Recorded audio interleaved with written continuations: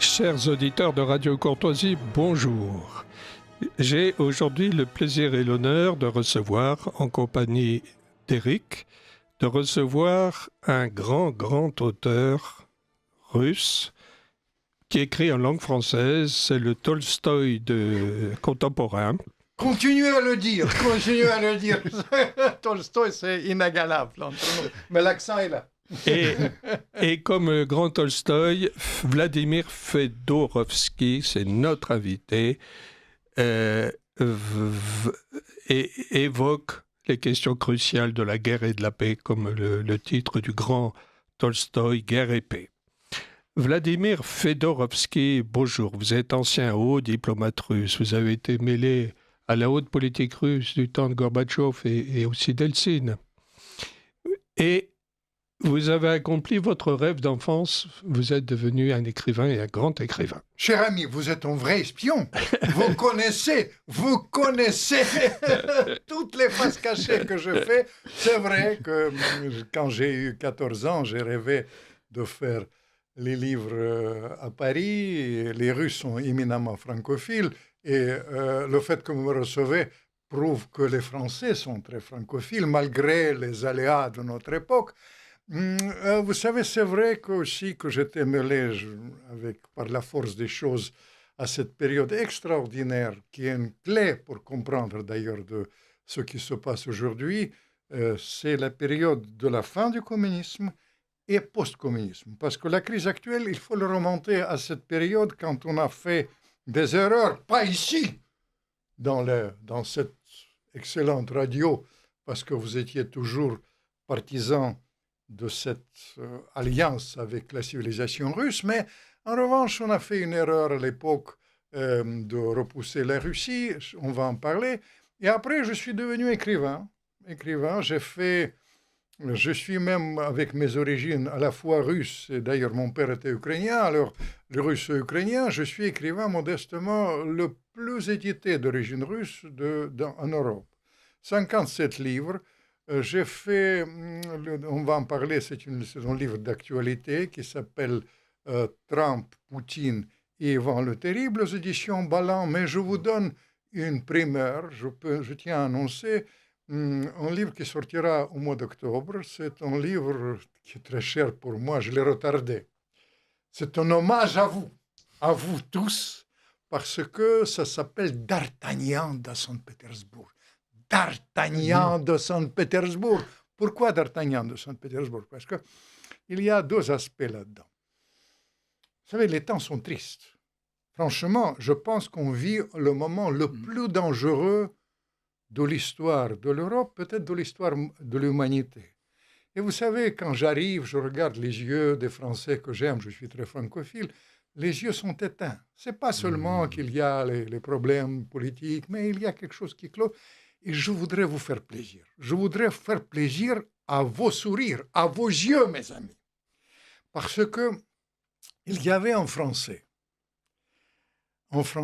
qui a fait tout le XVIIIe siècle russe. Je l'appelle D'Artagnan de Saint-Pétersbourg. Monsieur de Plessis, il était, comme tous les aristocrates, il aimait voyager, il était ouvert vers les cultures, la culture russe.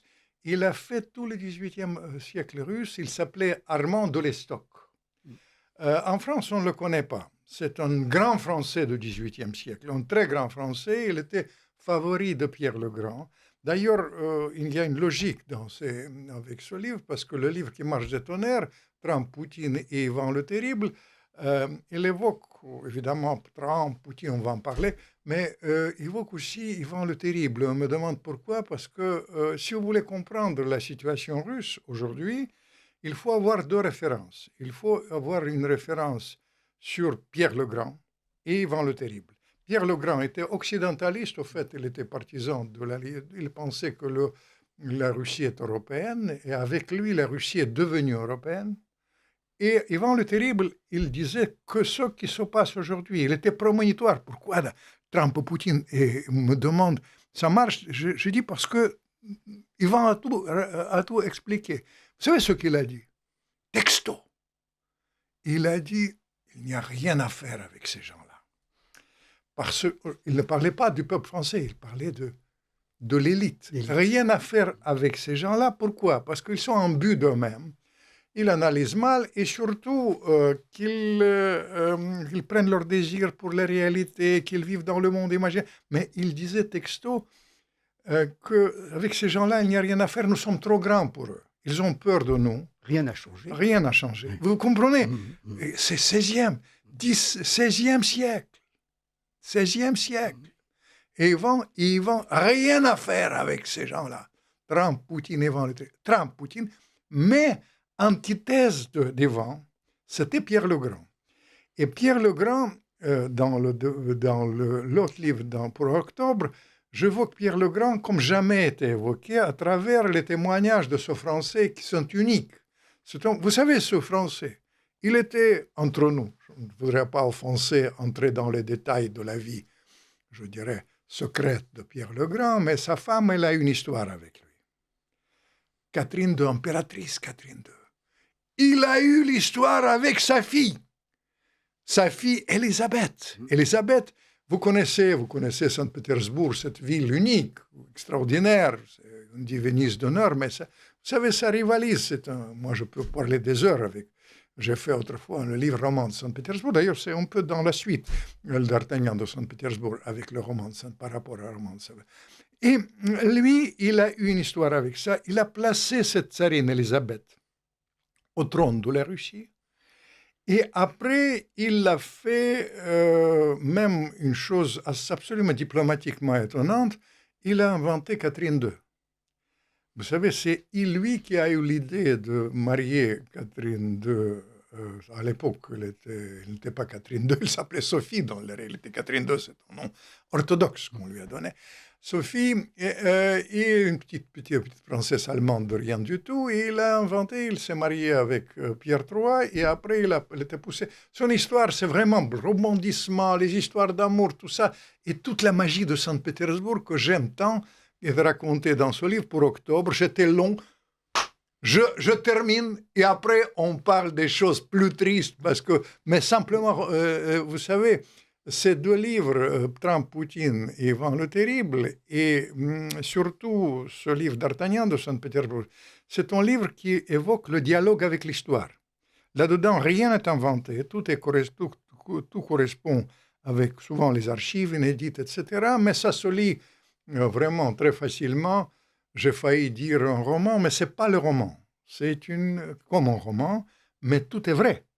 Tout est vrai, vous comprenez? Ça, c'est une chose importante.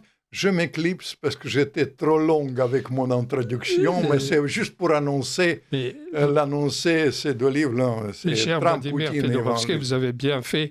Et je conseille vivement aux auditeurs de Radio Courtoisie de lire tous vos livres qui sont passionnants. Peut-être tous, ils n'auront pas le temps. Alors, c'est beaucoup, c'est vrai. Mais je dois dire que c'est écrit tellement bien, votre style est tellement puissant et vivant que le lecteur est entraîné dans la lecture très, très facilement. Cher ami, je tiens à vous dire, vous savez, j'adore la langue française. Les Russes sont souvent francophiles, mais les Russes, nous avons une tradition d'écriture dans la langue française. Nous avons Tolstoï, il a écrit des pages. Vous avez eu l'amabilité d'évoquer les grandes pages de Tolstoï. Vous savez, une fois, j'étais avec un diplomate que vous connaissez, Kissinger. Et je lui ai dit, mais s'ils sont tellement dans le monde imaginaire, il faut qu'ils relisent Tolstoï. Ah oui. Relisent Tolstoï. Il m'a regardé. Il a dit, Vladimir, non, il faut qu'ils lisent Tolstoï. Ils n'ont pas lu. Tolstoï, c'est vrai qu'il l'a écrit déjà Pouchkine, toutes ces choses, ils ont écrit. Mais je viens de quitter, j'étais dans le salon du livre de Monaco avec mon ami Makin qui écrit aussi en français. Tout ça, c'est une tradition. Tourgueniev, le grand Tourgueniev, qui a été à Bougival. Je viens souvent en pèlerinage à Bougival. Il y a un extra musée. Au début, avec cette russophobie, c'est l'un des problèmes. Mais maintenant, vous savez, je tiens à corriger le tir. On a dit, vous savez, ce contexte russophobie, non. Vous savez, ça concerne une couche très, très, très, de plus en plus mince. Oui. De plus en plus mince.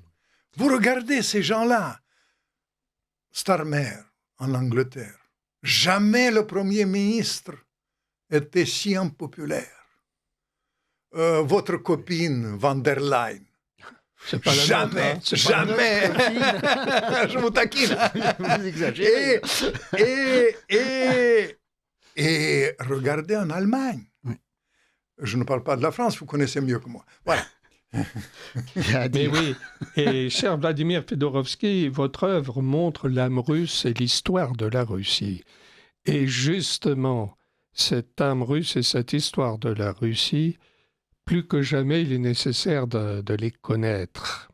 Et vous les faites connaître à vos lecteurs français avec une quantité de succès de librairie extraordinaire. Et vous montrez la tragédie, évidemment, qui déjà sévissait du temps d'Ivan le Terrible au XVIe siècle. C'est cette espèce de mépris qu'a l'Occident pour la Russie, en quelque sorte, et cette façon qu'a eu l'Occident de rejeter la Russie après la chute de l'Union soviétique, de ne pas l'intégrer au concert des nations. Ça, vous visez le problème qui est à la base de l'analyse aujourd'hui, qui est complètement ignoré par mainstream. Par mainstream parce qu'ils préfèrent ne pas regarder en face, ils préfèrent de vivre dans leur monde. Dans la réalité, c'est l'idéologie, mais vous visez quelque chose de juste. Vous savez, dans ma vie, j'ai eu la chance de connaître les meilleurs Français dont vous êtes. Et j'ai eu la chance aussi de connaître les grands vraiment diplomates de mon époque. Il y a un diplomate, je conseille toujours revenir à lui, qui était un très grand anticommuniste, un grand connaisseur de la littérature russe. Vous savez, c'est lui qui a inventé un truc complètement dingue, si je vous raconte. C'était un des fondateurs de la CIA, il s'appelle George Kennan. Ah oui. George Kennan. Et il a fait l'astuce d'utiliser le prix Nobel pour casser l'Union soviétique. Il m'a raconté ça. Il fonde la CIA, etc. Et on lui apporte un livre qu'ils ont écrit pour un transfuge quelconque chez un chiffreur Canada, etc. Il était tellement furieux, c'est un homme très pondéré comme vous êtes, très élégant comme vous êtes. Et il a dit, mais qu'est-ce que vous faites? Vous prenez les meilleurs, vous prenez les génies de ce pays. Et dans ce cas-là, vous leur donnez le prix Nobel et ce sera utile pour tout le monde, pour la société, etc. Et c'est lui qui est à l'origine de Dr Zhivago. C'est lui qui a demandé qu'on publie le Dr Zhivago à la place, etc. Tout une combine, je n'ai pas le temps de vous raconter. Mais bref, en revanche, George Kennan, inventeur d'endiguement, vous savez, le containment. Containment. Je dis inventeur, carrément. Je l'ai bien connu, il a bien vécu jusqu'à plus de 100 ans. Et à l'époque, ces gens-là, vous savez, c'est les pauvres types dans la réalité. Vous savez, c'est vraiment les pauvres types. Clinton, qui ne connaissait, qui n'a jamais lu Tolstoï, il a fait l'ouvrir le truc il a dit, la Russie est nulle, la Russie est terminée, on va élargir l'OTAN, les Russes, ils vont se casser, etc.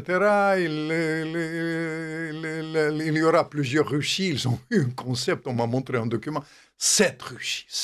D'autres, dans le Parlement européen, ils ont parlé de 37 Russies à la place.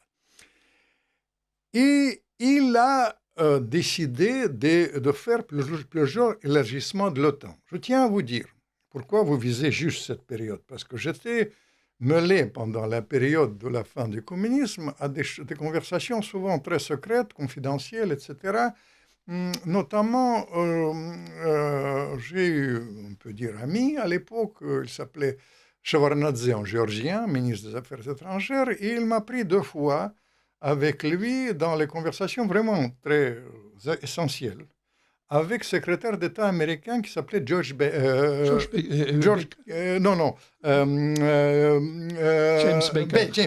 James Baker. James Baker, vous connaissez. Secrétaire d'État, un banquier, très affable. Et lui, il a réfléchi à l'époque avec Bush père, etc., comment agir.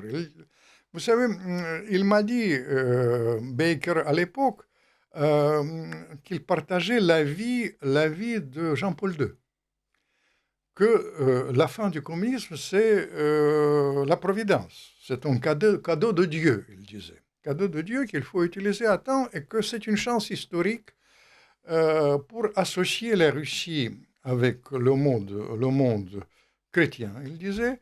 Et dans ce cas-là, on crée une grande alliance à la fois qui sera réticent envers l'islamisme et puis l'Asie, etc. C'était une pensée. Il n'était pas seul. Je vous dis, parmi eux, il y avait des gens de l'autre bord, plus libéraux. Maintenant, ils parlent beaucoup.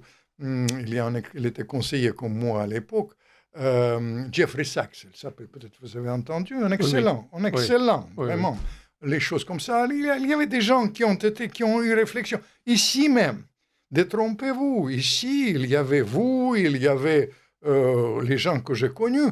Ça va vous étonner. Mitterrand, il était de cela. Chirac, que j'ai bien connu, il était de cela. Tout ça, c'est les gens qui ont dû une vraie réflexion. Pourquoi? Parce que, vous savez, je n'ai pas le temps de vous raconter l'histoire de la fin du communisme, la face cachée de Gorbatchev, de cette période de Gorbatchev. J'aurais pu, mais le problème, c'est que dans la réalité, ce système totalitaire, le communisme, est mort tout d'abord parce qu'il y avait une décision d'un groupe, j'appartenais à ce groupe, de vraiment sortir du communisme.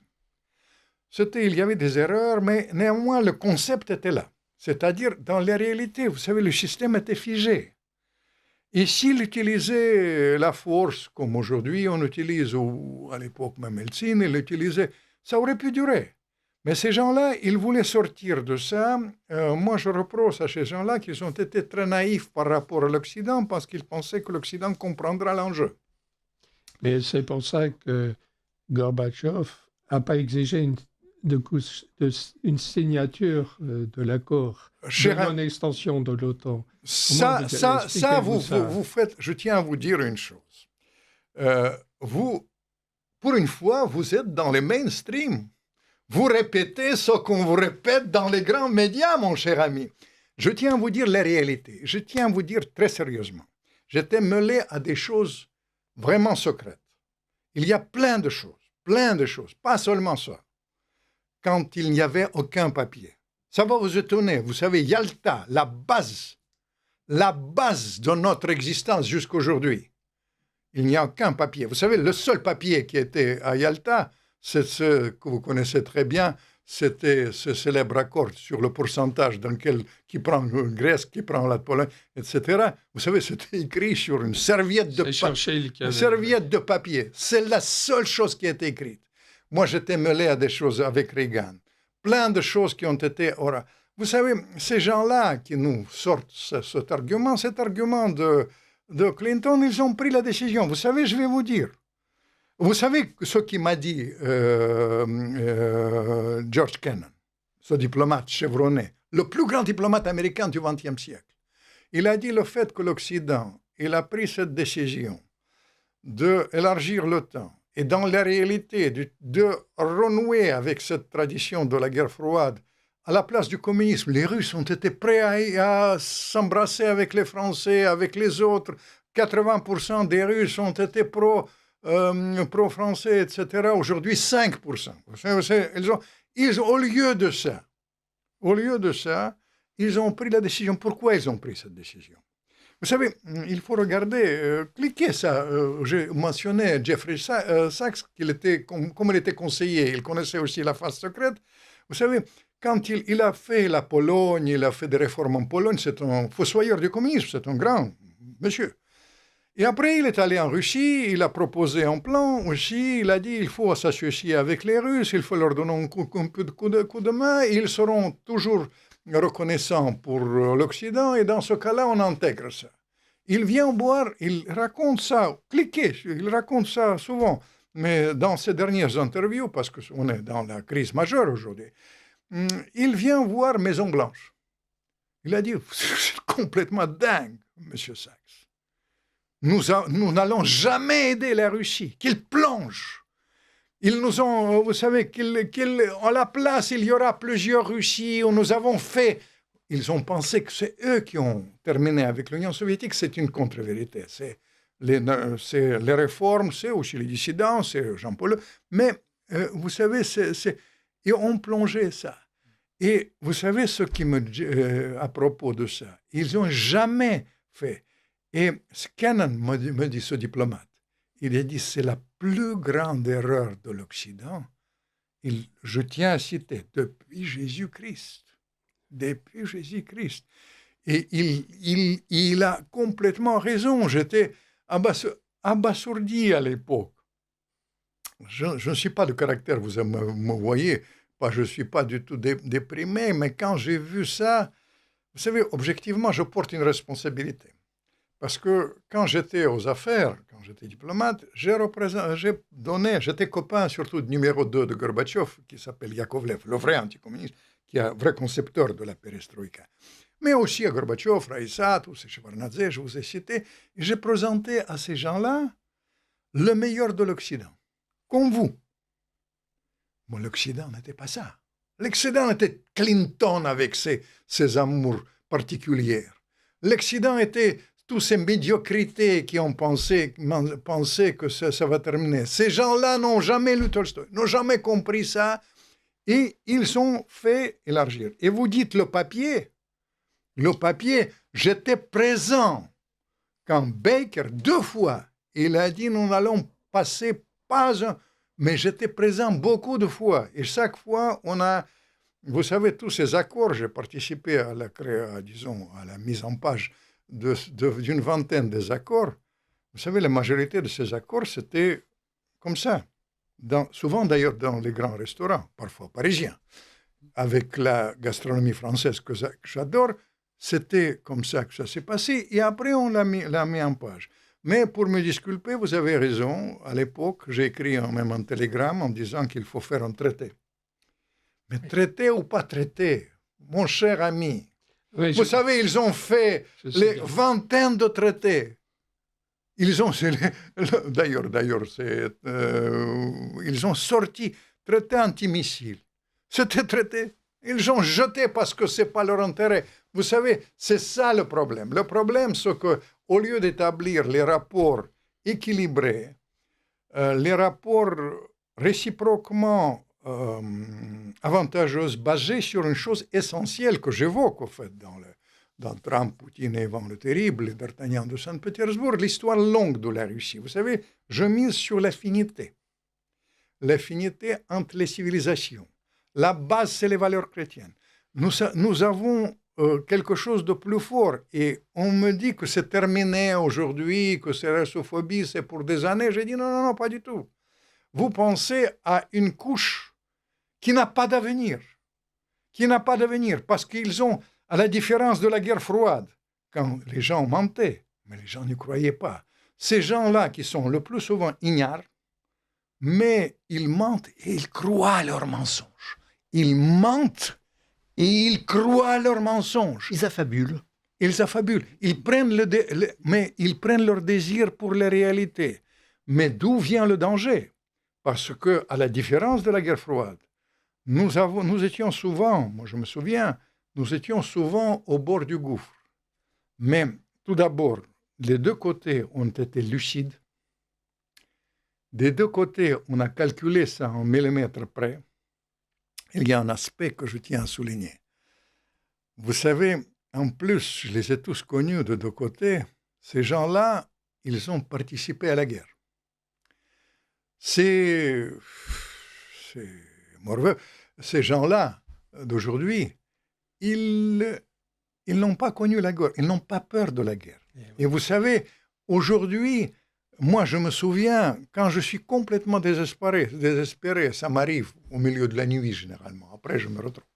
Mais quand il y a ça, je fais sur l'Internet, je réécoute le discours de Kennedy, qui a participé à la guerre.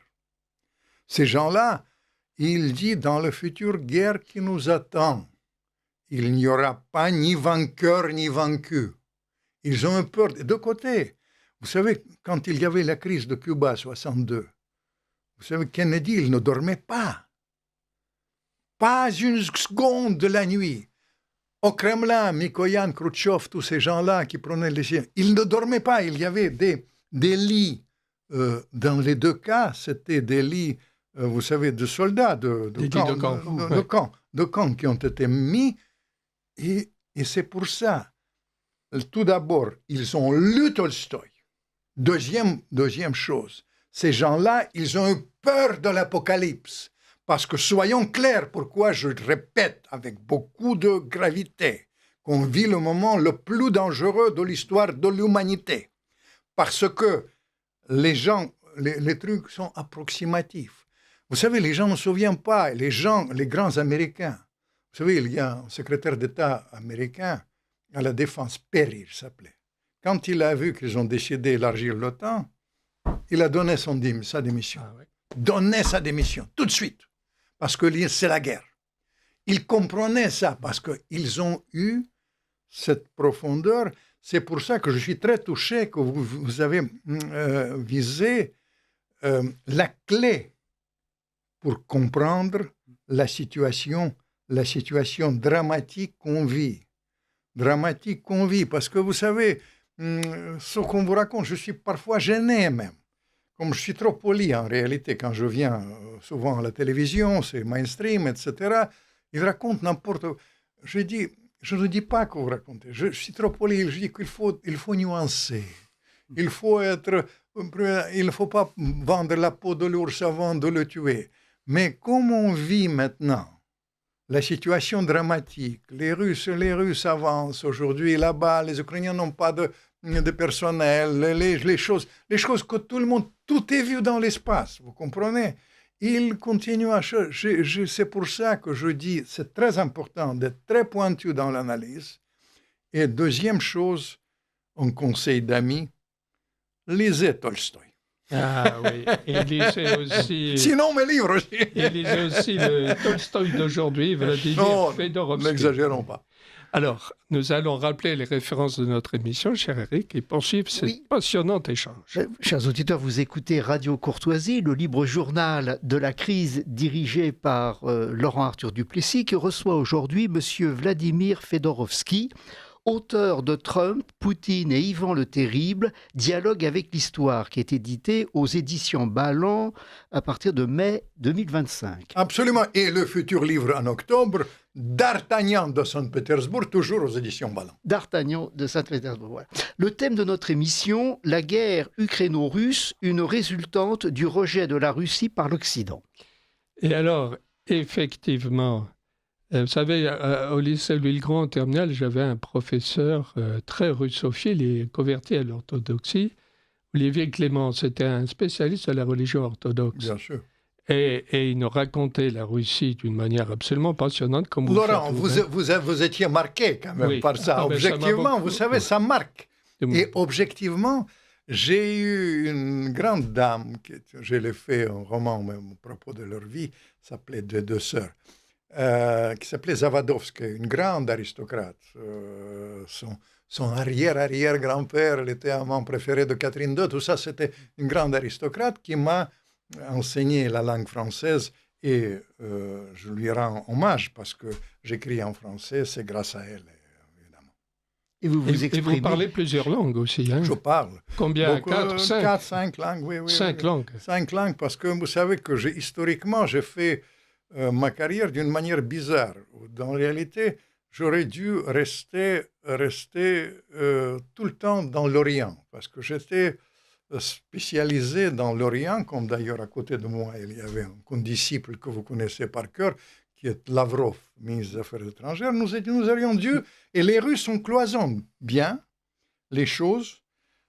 Si vous êtes en Orient, vous devez rester tout le temps dans l'Orient. J'étais envoyé dans le patelin, pas possible, en Mauritanie, 3 rues goudronnées, mais on était tous ensemble, 20 peut-être ressortissants de l'Europe, si vous considérez la Russie comme européenne, comme je suis certain. Et le fils de Mitterrand, il y avait un chargé d'affaires espagnol de Franco, tous étaient copains. Mais bref, il y a un monsieur qui vient, et je lui traduis de la langue arabe. J'étais parlé à l'arabe. Et à l'époque, je gueulais. Plus je gueule, plus il m'écoute. Plus je gueule. Je dis, qu'est-ce qu'il y a? Ministre des Affaires étrangères. Il a dit, vous savez, vous en avez marre, peut-être 4 ans en Mauritanie, les chèvres qui mangent les papiers, parce que c'est un pays, je vous dis, inimaginable. Très intéressant pour moi, parce que c'est l'ouverture de l'Occident. Et il a dit, vous savez, le dirigeant d'aujourd'hui, de Kremlin, il a un problème de l'oreille. Vous gueulez tellement qu'il va vous capter. Et ils m'ont mis comme interprète de la langue arabe de Brezhnev. Et c'est ça qui m'a permis de sortir de cette filière de l'Orient quand il était lucide, à la différence des gens d'aujourd'hui. Quand il est devenu gâteux, il m'a dit, je vais mourir bientôt. Ah oui. Qu'est-ce que tu veux faire? Et j'ai dit, attaché culturel à Paris, il m'a envoyé ici. Et comme ça, ma carrière était faite. Ah, voilà. Oui. Voilà. Une petite anecdote sur ma vie. Pour le plus grand bonheur de la France, en fait. Absolument, ça c'est vrai que j'étais toujours francophile, même avant l'heure. Et oui.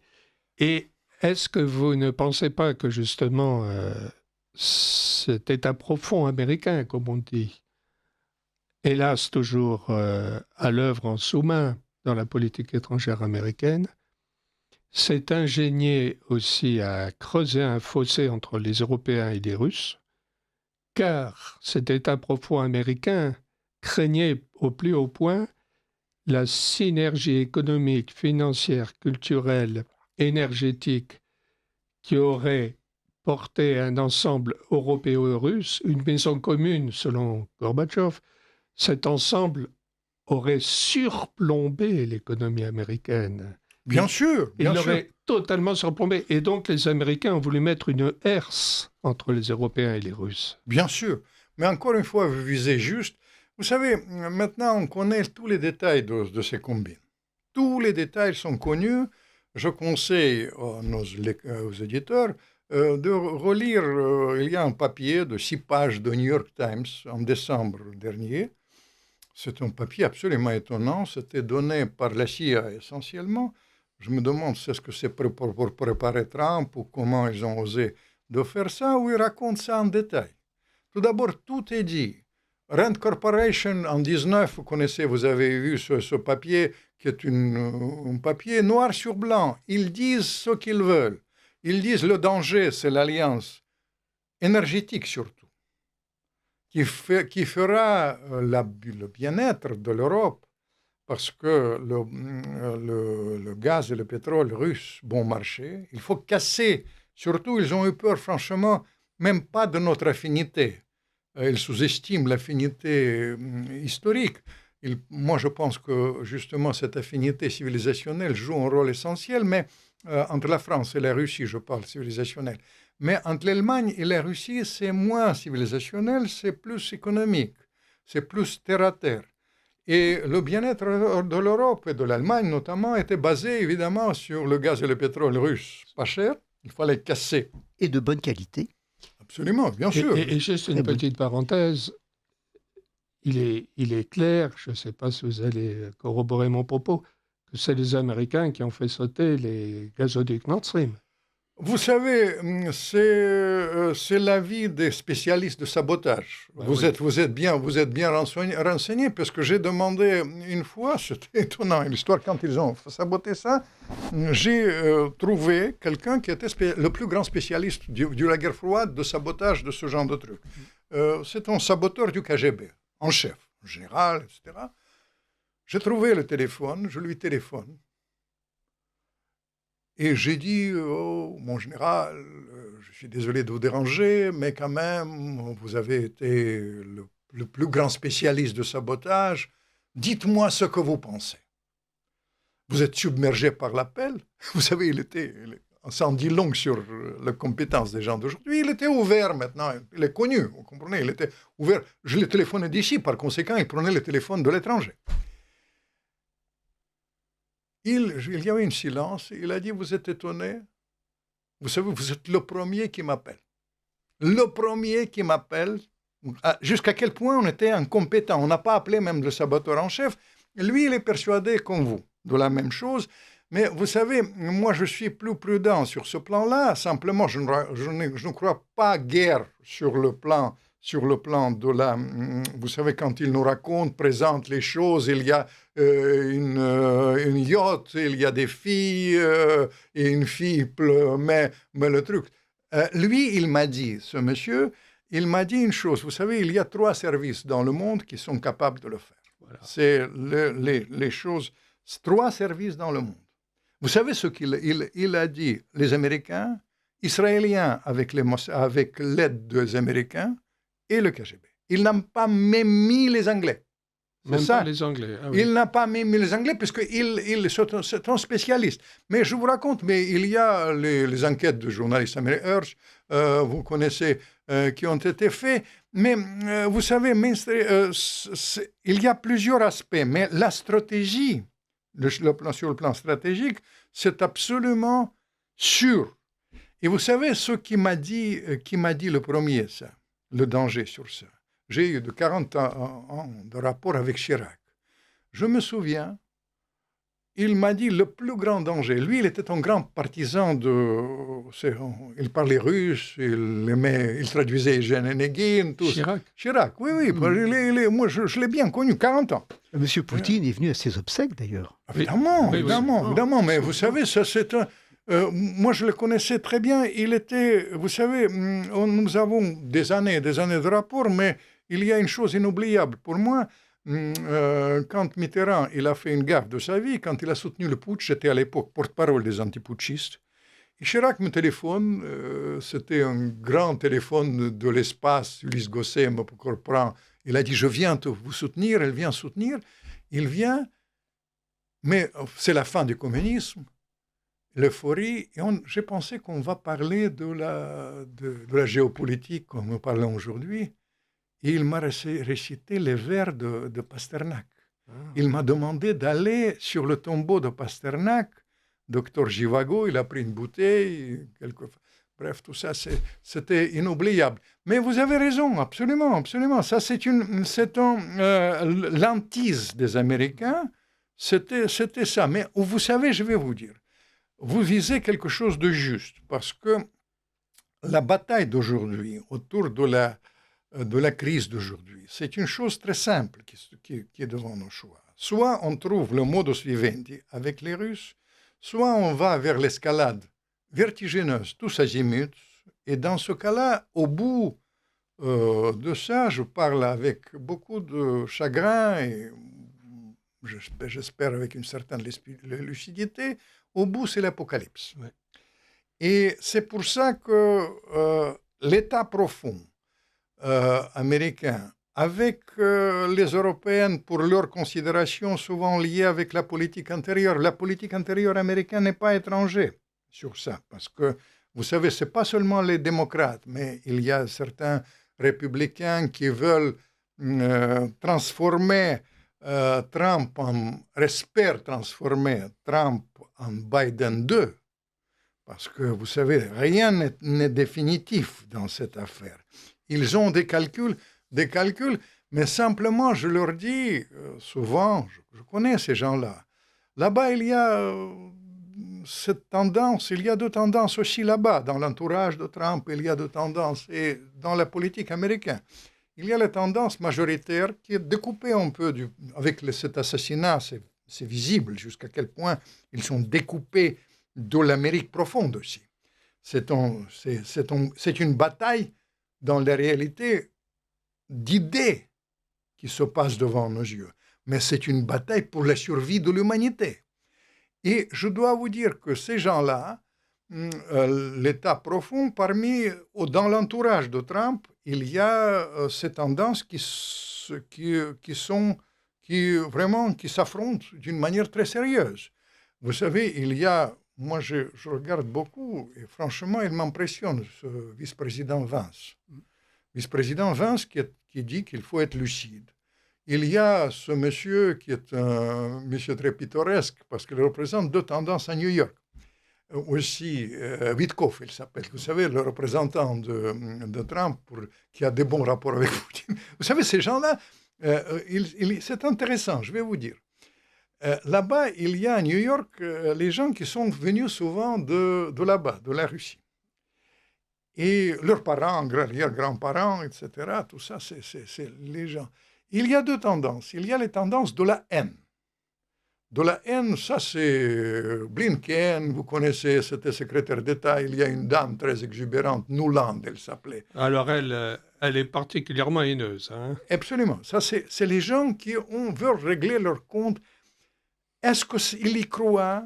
Peut-être ils y croient. Est-ce que c'est pour imposer leur idéologie? Parce qu'ils ont imposé ça d'une manière vraiment très rude, leur idéologie, pendant 30 ans.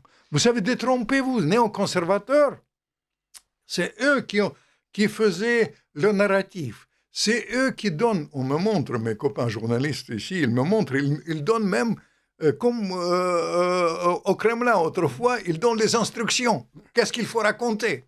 Vous comprenez? Les éléments de langage, ils appellent. Les éléments de langage. Et il y a une autre tendance, c'est pour ça que je vous ai parlé de Witkov, qui sont...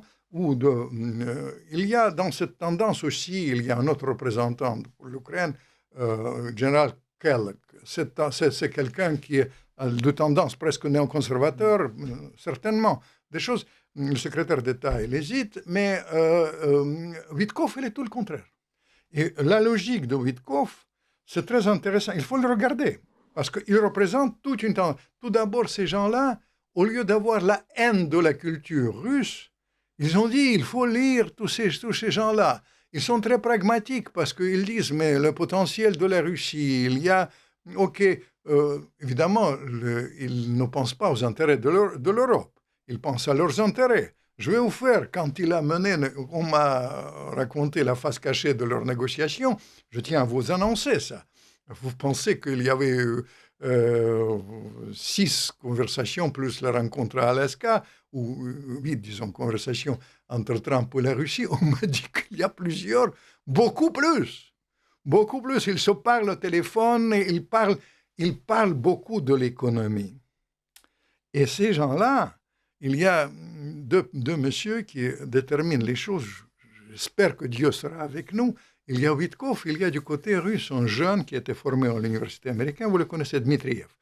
Il s'appelle, il donne, c'est-à-dire il élargit maintenant les conversations. Ils disent l'Ukraine, ça fait partie, une chose importante, on ne sait pas comment ça tourne, c'est difficile avec les Ukrainiens. Parlons d'autre chose. De quoi il parle? Tout d'abord, il parle, et ça c'est l'avenir, et ça c'est important pour nous. Vous savez, je tiens à vous dire, ils ont compris une chose qui est une chose qui me bouleverse, parce que à une certaine époque, j'étais mêlé à contrôle des armes. J'étais spécialiste du contrôle des armes, et tout ce système de contrôle des armes est détruit aujourd'hui. Il n'y a aucun accord qui existe, aucun. C'est-à-dire tout le système de désarmement est détruit. Et eux, ils comprennent jusqu'à quel point c'est dangereux. C'est dangereux parce qu'on dit « Ah, c'est les rhétoriques, les Européens, ils vont envoyer, mais c'est juste la rhétorique. » Pas du tout. Ça peut avoir un dérapage majeur. De 20 accords, j'étais mêlé. Aucun n'existe. L'année prochaine, il y a le dernier accord sur les armes stratégiques qui va se terminer.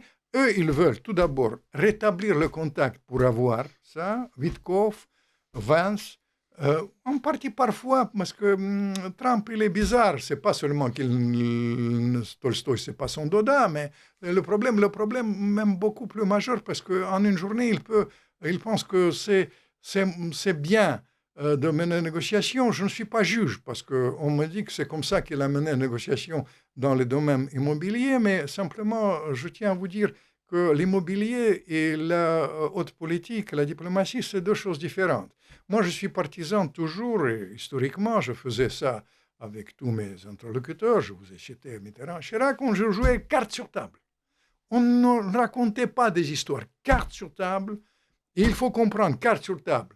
Le système de désarmement est détruit, il faut le rétablir, l'accord sur les choses, les choses. Il y a un aspect économique qui est un aspect hyper important pour eux. Trump, il est sur ce plan-là, il a un flair. Ça, dès qu'on parle des sous, Il adore, par exemple, l'idée de Witkoff d'acheter Nord Stream et vendre ça. Oui, extraordinaire. Extraordinaire, c'est leur idée. C'est leur idée. C'est-à-dire, il achète ça et il vend dans l'Europe 30 fois Après plus. d'avoir saboté, il Vous comprenez, ça c'est le truc. Mais disons, ça c'est la période de Biden quand même. C'est pas lui. Oui, enfin, sauf que l'état profond est là. Dans son premier mandat, Trump avait fait beaucoup de pression sur Angela Merkel pour qu'elle ne finalise pas Nord Stream 2, hein, quand même. Hein. Quand il a vu Poutine à Alaska, il lui a dit, mais j'ai eu des mains, vraiment, je n'ai pas eu des mains libres. À l'époque. Il a dit, maintenant, on verra. Mais je vais vous poser une question, cher Vladimir Fedorovski. Cette russophobie-là qu'il y a dans l'État profond américain, justement, vous l'évoquiez un peu tout à l'heure. Il y a évidemment beaucoup de personnes qui ont eu des ancêtres en Russie. Absolument, bien sûr. Et qui ont subi des pogroms à la fin du 19e, au début du 20e siècle. Oui, sauf qu'au Blinken, son arrière-grand-père, il était né à Kiev. Et les premiers pogroms ont été pas en Russie, mais là-bas à Kiev, d'une part, et d'autre part en Moldavie. Mais ça, c'est une chose. Vous savez, je connais très bien ces gens-là. Très bien, ces gens-là. Et deux tendances sont visibles. Tout de suite, vous parlez tout de suite. Comme nous parlons, vous savez, il suffit d'avoir un regard. Tout à l'heure, quand vous m'avez servi cet excellent thé, vous savez, on me parle parfois, on dit que c'est dans la diplomatie, c'est quelque chose de particulier. J'ai dit, détrompez-vous. J'étais diplomate chevronné, je tiens à vous dire. La diplomatie, c'est comme l'histoire d'amour. Vous parlez, vous voyez tout de suite. Le seul conseil que, ça concerne notamment cette affaire immédiate, concerne les forces, l'envoi des forces, disons, occidentaux en Ukraine, dans la diplomatie, il faut avoir le partenaire. Il ne faut pas faire l'amour avec soi-même. Parce que dans cette affaire, parfois on fait l'amour avec soi-même, pas de partenaire, etc. Voilà, ça c'est les choses. Mais en tout cas, pour ces gens-là, c'est un problème culturel qui existe.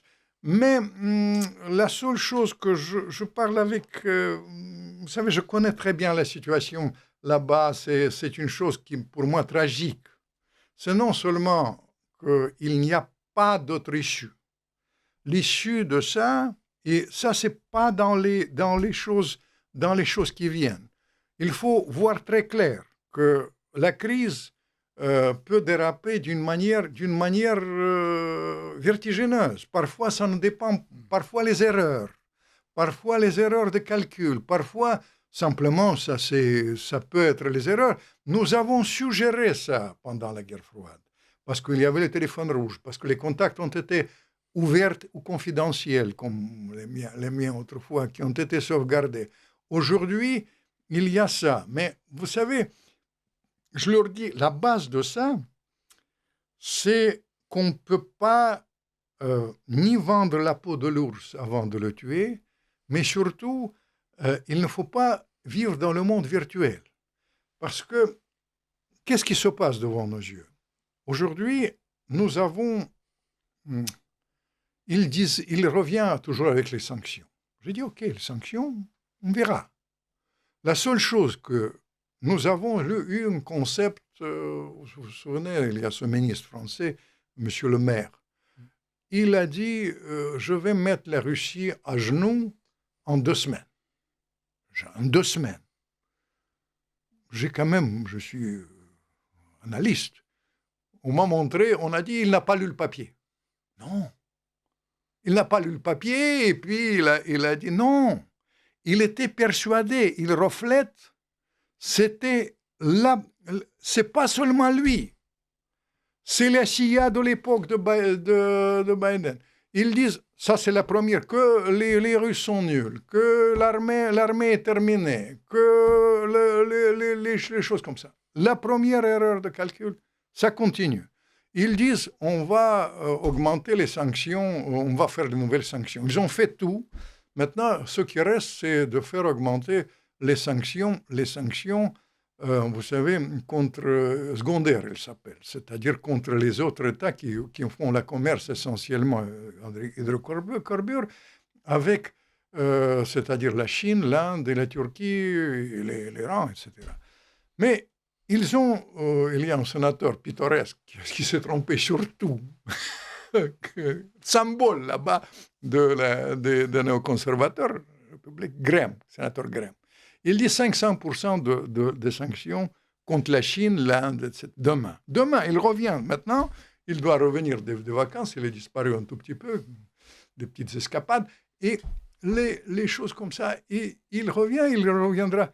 Qu'est-ce que ça signifie 500%? C'est la fin de l'économie mondiale. Ils disent, Trump, l'autre jour, quand ils ont venu les sanctions, il a dit avant-hier, je crois, aux Européennes, représentant, OK, les sanctions, mais vous faites tout d'abord vous-même. Dès que vous faites, après, on verra nous-mêmes. Vous savez, c'est mais 500%, on ne peut pas dire les choses dans l'air. C'est même 100% de sanctions contre la Chine, mais surtout avec quel résultat? Avec quel résultat? Je tiens à vous dire les résultats de ces... On dit la rhétorique, Trump, tout est son contraire, il ne faut pas prêter attention. Si, parce que j'étais diplomate, je connais le résultat de ça. Le résultat de ça, il y avait cette rencontre à Pékin. Entre les Chinois, vous avez vu le défilé militaire, les Chinois, l'Inde, etc. Qu'est-ce que c'est le résultat de ça? Qu'on a jeté la Russie dans les bras de la Chine. C'est toute la tragédie. J'ai connu les gens, je vous ai cité Kissinger et mon ami George Kennan. Ces gens-là, ils retournent dans leur hantise, c'était de ne pas mettre ensemble. Et c'est les gens ici, il y avait un accord, la force de la Sibérie 2, vous le connaissez, mais le grand public, vous savez, quand ils racontent leur élément de langage, ils choisissent des choses bizarres. C'est-à-dire, quand il y a cette alliance énergétique pendant des années qui va déterminer les choses, c'est-à-dire l'Inde, Trump cette fois-ci, il dit, l'Inde, faites attention, si vous n'arrêtez pas la Russie, c'est terminé. Le lendemain, il fait la rencontre, ils disent que c'est une alliance entre l'éléphant et le dragon, vous avez vu, entre l'Inde et la Chine. Le résultat de ça, c'est les choses comme ça.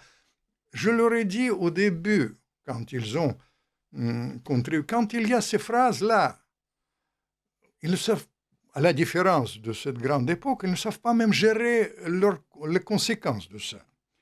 Je vais vous raconter les choses. Quand ils ont fait mettre la Russie à genoux, qu'est-ce qu'ils ont fait les Russes? Ils ont montré tout le temps ce monsieur, le maire, à la télévision.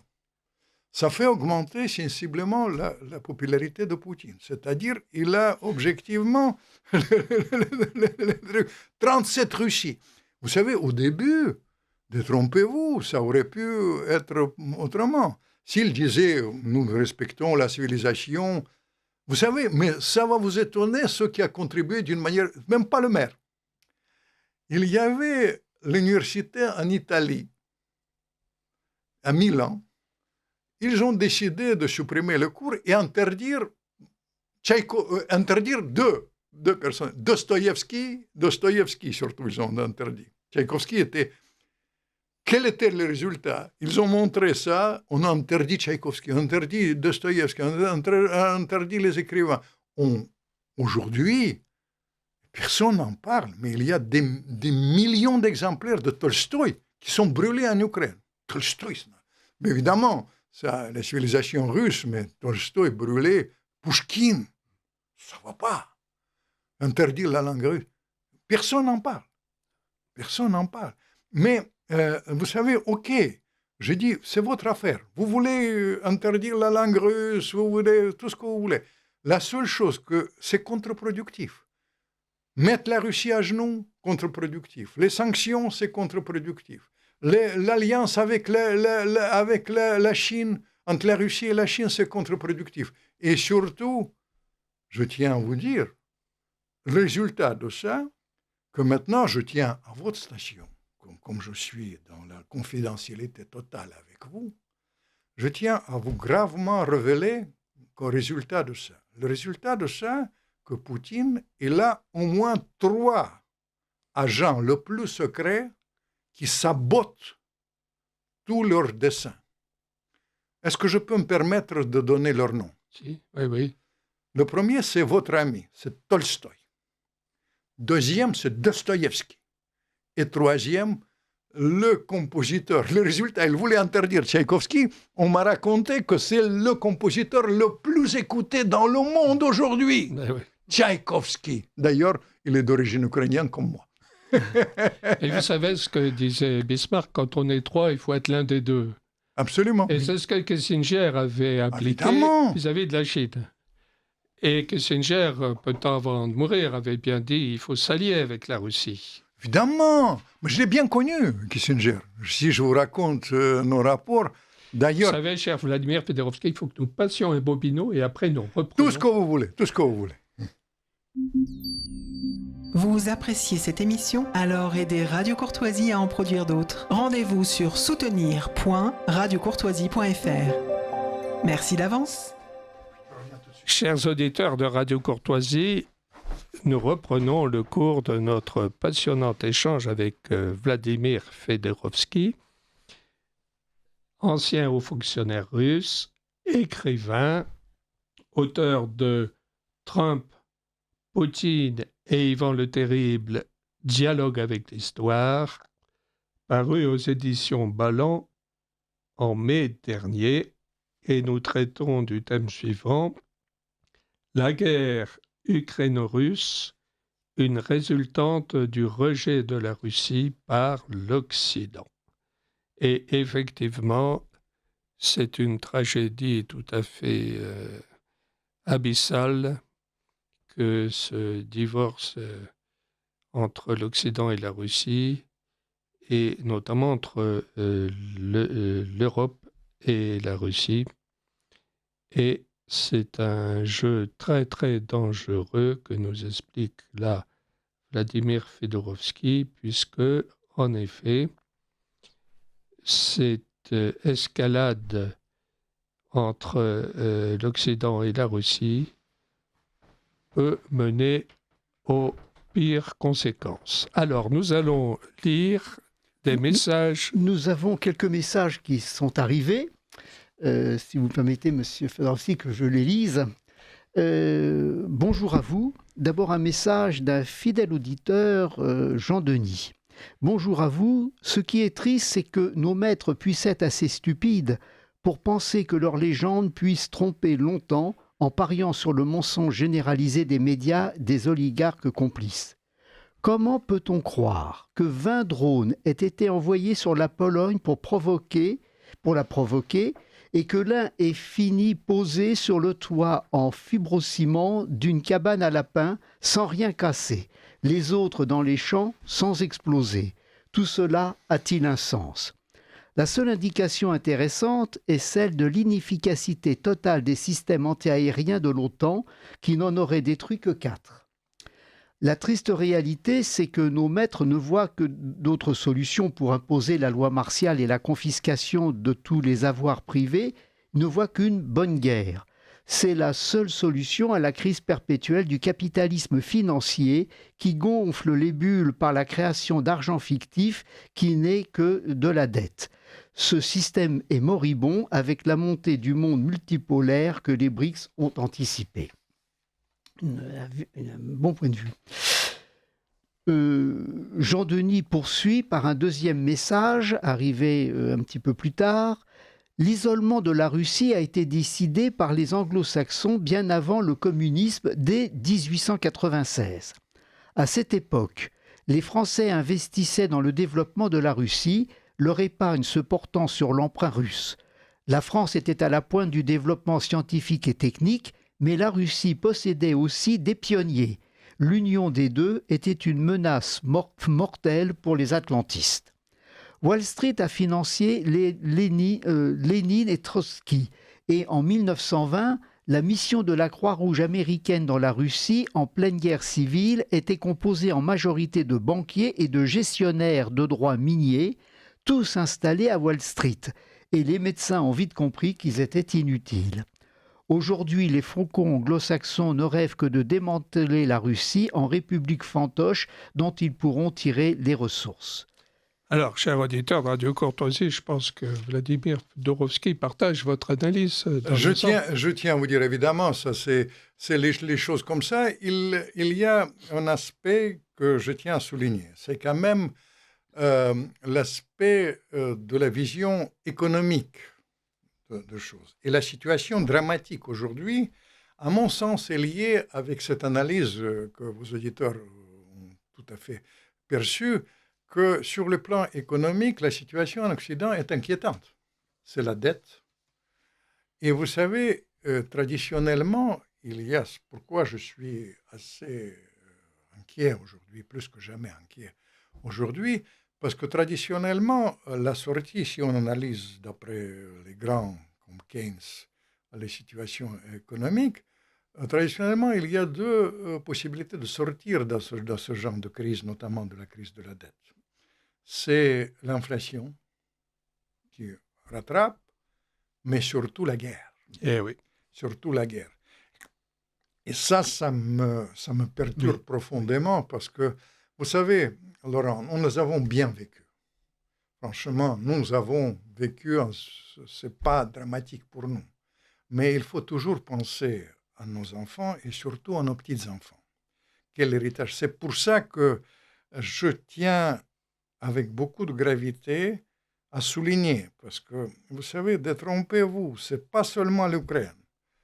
Vous savez, l'Ukraine, franchement, je pense que c'est franchement plié entre nous. Oui. Parce que les Russes avancent, il suffit de regarder, je leur disais dès le début, même aux experts militaires, c'est l'avis de tous les experts militaires que je connais, franchement, y compris les Français, je ne voudrais pas les compromettre. Mais les choses comme ça. Mais, vous savez, dans ce contexte-là, l'État profond et les mondialistes, ils peuvent, pour des raisons économiques, mais aussi parce que c'est insupportable pour eux de reconnaître leurs erreurs, d'élargir ça. Et ça, ça peut être dramatique. Ça peut être demain, je vous prédis, vous savez, ces frappes des missiles israéliens là-bas à Qatar, c'est juste des peanuts. Je vous prédis une tension vertigineuse au Proche-Orient parce qu'avec l'affaire de l'Iran, ce n'est pas terminé du tout. Il y a d'autres endroits, la Moldavie, la Biélorussie, la mer Noire, le Caucase. Nous avons les choses qui sont, il faut regarder les choses en face. D'où vient mon souhait, la diplomatie aujourd'hui est presque tuée. Et ça n'existe pas. Malheureusement, la rencontre d'Alaska, là-bas, entre Poutine et Trump, c'était une rencontre, les gens disent que c'est rien du tout. Non. Ça a donné quand même un certain cadre parce qu'il y avait les prémices de la vision, reconnaître les territoires, en même temps trouver la solution pour les garanties de l'Ukraine, c'était les choses comme ça. Mais surtout, ils ont dit que c'est le cessez-le-feu dont on parle tout le temps. C'est pas suffisant. Pourquoi le cessez-le-feu, c'est un truc banal. On cesse le feu, après on réarme l'Ukraine, on recommence le truc. Les Russes, ils disent qu'on veut l'accord un peu à l'autrichien, c'est-à-dire l'accord sérieux, qui va garantir, et dans ce cas-là, il y aura la rencontre avec tout le monde, tripartite, ou même entre Zelensky, les choses pittoresques qu'ils ont dit qu'il vient à Moscou, mais ça c'est les choses pittoresques. Mais vous savez, je vais vous dire, le problème là-dedans, que l'heure est grave. Le choix est simple, soit modus vivendi avec l'Europe, qui peut sauver l'Europe, parce que détrompez-vous, le vrai dindon de la farce, le vrai dindon de la farce, c'est nous tous, ici. Oui.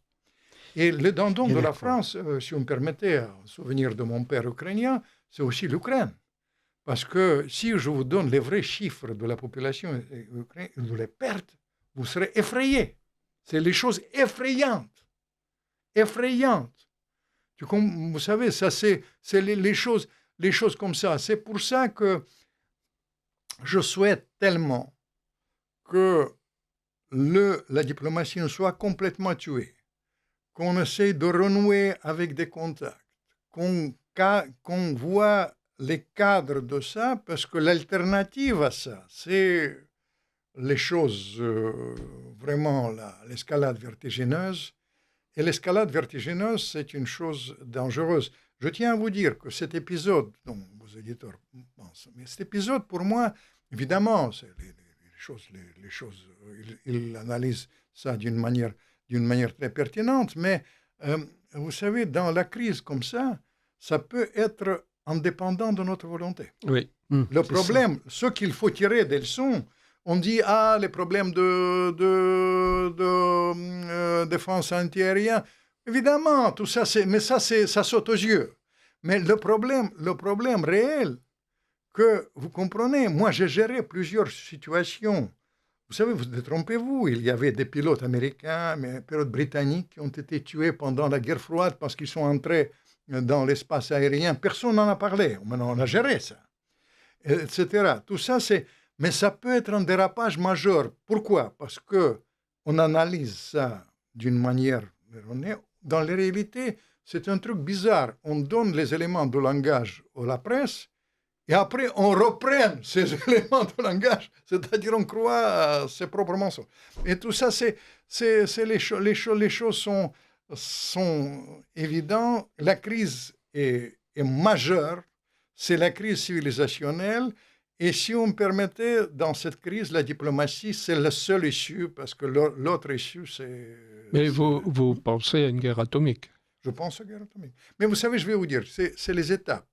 Vous comprenez les choses comme ça. Imaginons que les Ukrainiens, ils commencent à... Vraiment, il y a maintenant les Russes, c'est les Russes qui avancent d'une manière très significative. Mais imaginons que tout peut être imaginé. Il n'y a aucune raison, mais quand même. Imaginons qu'ils mettent Poutine dos au mur, que les Ukrainiens commencent à remporter partout, qu'ils envoient les missiles allemands de longue portée au Kremlin, et Kremlin saute, etc. Je tiens à vous dire, il y a deux aspects. Il y a tout d'abord 6500 têtes nucléaires. Sur les armes tactiques, je tiens à vous donner, tous les militaires le savent mieux que moi, il y a l'avantage 1 à 10 dans les armes nucléaires sur le théâtre européen, pour les Russes. Vous dites les armes nucléaires, mais simplement, demain, ça peut déraper d'une manière, vous savez, il suffit, il ferme, il y a les gens irresponsables qui disent il faut que les Américains ferment le ciel soit fermé au-dessus de l'Ukraine. Les Russes, ils n'ont pas d'autre réponse dans ce cas-là. Au début, avec Oreshnik. C'est une arme, Oreshnik, je tiens à vous dire pour les auditeurs, pour ne pas prononcer les noms russes, c'est une arme redoutable, qui a été conçue comme la force de destruction, comparable avec les armes nucléaires. Simplement, ce n'est pas les armes nucléaires. Ça commencera par ça. Ils ont maintenant les choses en main. Si je vous donne les chiffres, soyons très clairs, les chiffres. Ils produisent aujourd'hui 4 500 obus, 4 500 000 obus aujourd'hui en Russie. Mon ancien ministre de la Défense, maintenant Premier ministre, il donne le chiffre de 45 000 pour les Français. Comparez. 4 millions et demi. 4 millions d'obus. Dans chaque année, en Russie. Par an. Par an. Chaque année en France, lui, il donne le chiffre, d'autres disent 35, mais enfin là, j'utilise le chiffre de M. le Coréen, etc. Comparez ça. Vous comprenez? Ça, c'est une chose qu'il faut qu'on soit dans la clarté. Et deuxième chose, vous avez l'amabilité de dire que je produis beaucoup de livres, mais parmi mes livres, il y a des best-sellers sur la psychologie de Poutine, notamment Trump, Poutine et Ivan le Terrible, mais j'en ai fait 6. qui sont traduits dans 28 pays. Je connais la bête mieux que vous. Je connais comment il réagit. Il réagit d'une manière très intéressante, comme un maître des arts martiaux. Il prend la distance, heureusement d'ailleurs, parce que vous savez, s'il réagit sur le un bon sur le show, judoka ça aurait pu et joueur d'échecs. joueur d'échecs, mais surtout les arts martiaux. C'est un Très ceinture bon noire des arts martiaux qui utilise la force de l'adversaire pour le remporter. Tout ça, c'est la psychologie. Mais simplement, j'ai connu la bête, j'ai réfléchi sur comment il réagit. Trompez-vous, s'il y a cette perspective-là, vous voulez ça. C'est pour ça que la diplomatie est nécessaire. La diplomatie, carte sur table. Chacun doit trouver... Même ça ne me gêne pas que chacun dit qu'il a gagné la guerre. L'autre jour, on m'a demandé à la télévision, est-ce que Zelensky il a dit j'ai déjà gagné la guerre. J'ai dit, pas de problème. Qu'ils le disent. Parce qu'il a dit j'ai survécu, par conséquent, j'ai gagné la guerre. OK, ils le disent. Il faut le dire. Il ne faut pas mettre les uns et les autres dos au mur. Dans les choses comme ça, il faut trouver ce qu'on a inventé. Je suis désolé de vous rappeler mon époque de la fin du communisme. À l'époque, on a inventé le terme d'équilibre des intérêts. C'est-à-dire, il faut trouver l'équilibre des intérêts. Et d'ailleurs, d'où vient, franchement, on est maintenant dans l'impasse. La diplomatie est presque tuée. Maintenant, tout se passe sur le champ de bataille. Le problème dans le champ de bataille, et dans le champ de bataille, les Ukrainiens n'ont pas de réserve, ils n'ont pas de personnel. L'Occident, il ne peut pas livrer les armes, parce qu'il y a l'Israël, il y a la Pologne, il y a les choses comme ça. Trump, il dit en 3 jours 5, 10 interprétations différentes, mais il garde les contacts. Il faut garder les contacts, il faut arrêter ça, et surtout que comme on est au bord de l'abîme, je tiens beaucoup à regarder comment on a fait ça pendant ma période de la guerre froide. On regardait l'abîme, mais on s'éloignait du bord de l'abîme. Regardez ça. Le danger et le conseil d'un grand combattant de la Deuxième Guerre mondiale, c'était Kennedy qui nous a dit, dans la future guerre qui nous attend, il n'y aura pas ni vainqueur ni vaincu. Cette phrase-là, ça doit guider la diplomatie dans les heures qui viennent, qui sont dramatiques. Est-ce que vous pouvez nous dire combien les Ukrainiens ont eu de morts? Vous savez, je connais le chiffre, c'est un chiffre effrayant. Et c'est lequel? C'est un chiffre effrayant. Vous savez, je vais vous dire, Laurent, vous me permettez, je suis un vieux routier dans ce genre de choses. Pendant la guerre, je ne tiens pas à sortir les chiffres. Le chiffre est effrayant, mais regardez ce qu'ils disent, McGregor, Jeffrey Sachs. Oui, c'est-à-dire les choses sont effrayantes de deux côtés. McGregor est excellent. Excellent. Il est très bon, pertinent. Vous savez, c'est les grands Américains. Mais Jeffrey, vous savez, je vais vous dire, mais les gens, regardez, ne prenons pas les gens qui sont leurs francs-parler. Prenez le plus politiquement correct possible. New York Times. Reprenez, lisez cet article, qui est un long article fleuve, 6 pages, sur la guerre secrète en Ukraine. Vous êtes effrayés, mais vous savez, chaque mort est effrayant. Mais d'autant plus, quand je parle souvent, et je dis maintenant la diplomatie, en premier lieu, c'est l'intérêt de l'Ukraine.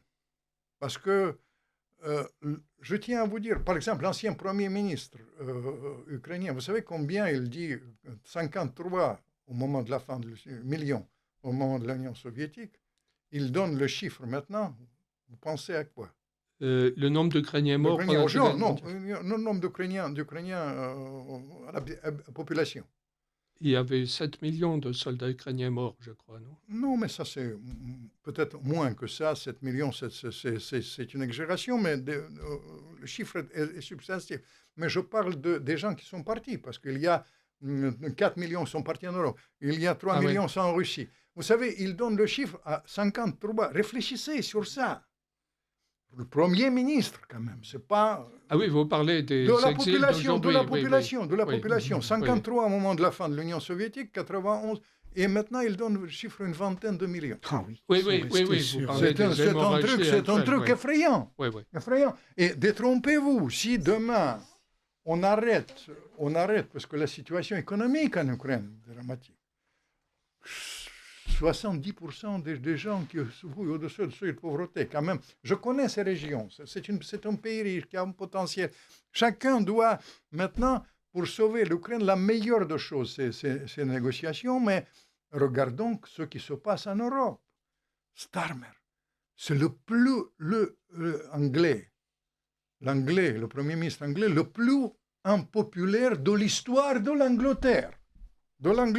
Regardez ce qui se passe en Allemagne, je ne parle pas des choses plus proches. Mais est-ce que la clé de la situation n'est pas entre les mains de la Maison-Blanche, principalement? En partie, oui. Mais vous savez, le problème de Trump, tout d'abord, Trump, ce n'est pas un négociateur diplomatique. Il pense beaucoup à des choses, parfois, à son expérience.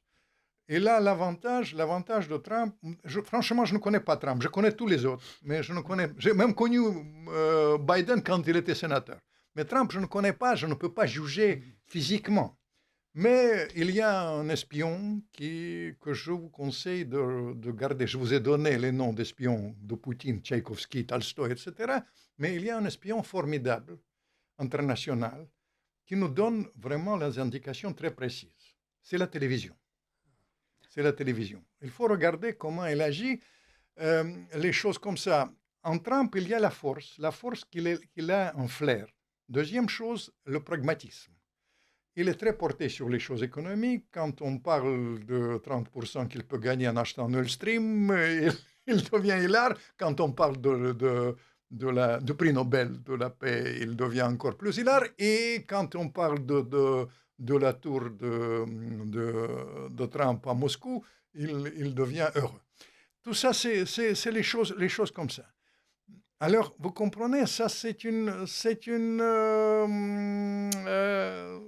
ça donne une certaine possibilité de ça. Et Poutine, malgré la pression, il faut comprendre pourquoi la situation est dramatique aujourd'hui. Parce que Poutine n'est pas seul là-bas. Poutine, il doit gérer plusieurs aspects. Et l'aspect qu'il faut prendre en compte, c'est l'aspect tout d'abord de l'armée. L'armée aujourd'hui, là-bas, vit j'utilise le terme parfum de victoire, les Français me corrigent, disent odeur de victoire. J'accepte les deux. En tout cas, l'avancée, je vous donne, vous savez, les noms que je connais bien, qui sont les miens, Liman, Pokrovsk, les versets vers Dniepr, tout ça, il faut comprendre. Les Ukrainiens disent qu'il y a au moins disons, armées de réserve qui sont prêts à entrer dans les actions dans les jours qui viennent, dans les heures qui viennent, dans les choses qui viennent. Vous comprenez? Il y aura, et Poutine, il ne veut pas trop aller trop loin, mais la pression est terrible. La pression est terrible parce qu'il y a l'armée, il y a l'opinion publique. Mais oui. Parce que l'opinion publique, vous comprenez, c'était les étapes. Au début, ils ont été dans les désarrois.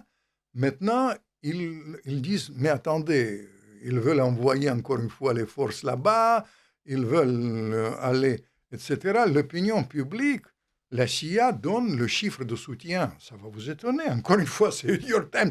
Parce que le porte-parole de la CIA, maintenant, c'est New York Times. Parce qu'il refile les informations. Et heureusement qu'il nous publie. Je vous conseille vraiment de lire ça.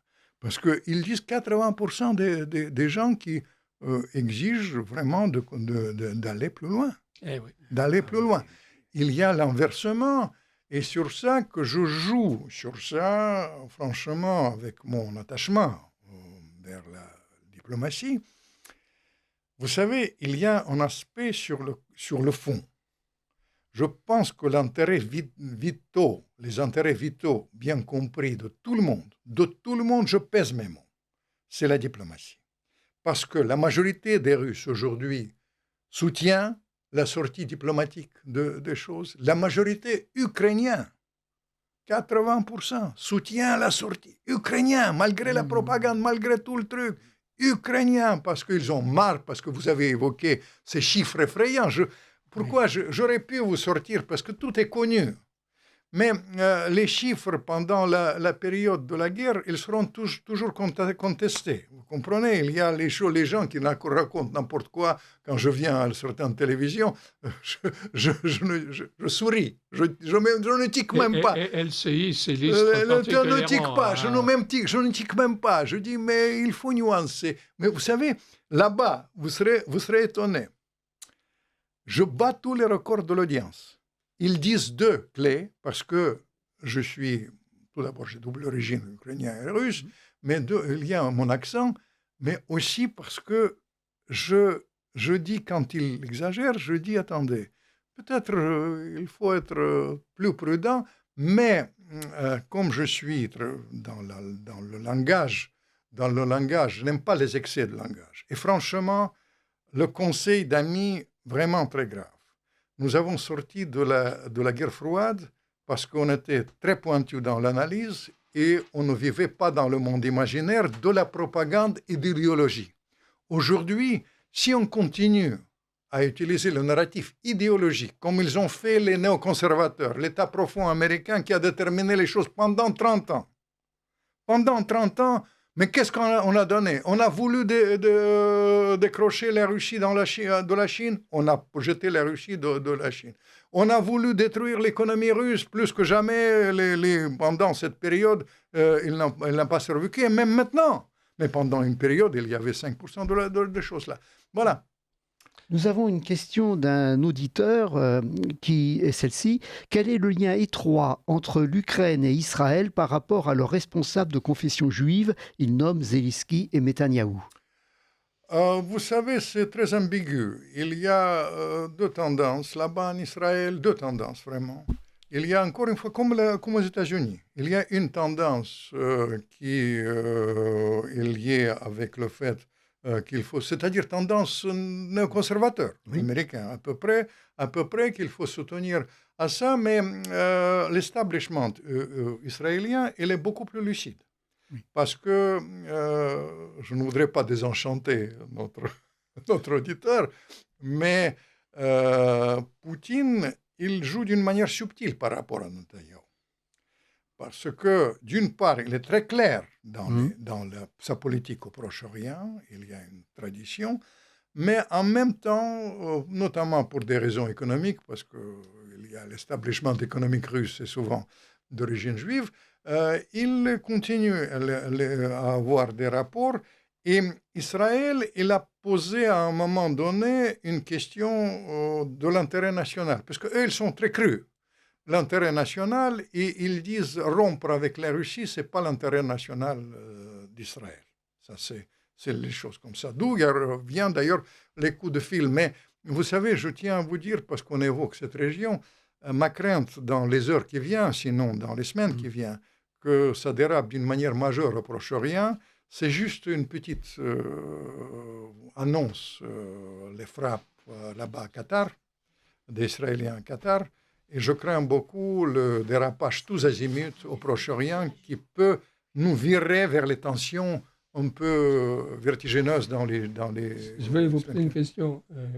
Les hypersoniques, les missiles hypersoniques russes ont marqué une très grande avance technologique par rapport aux Américains et aux Européens.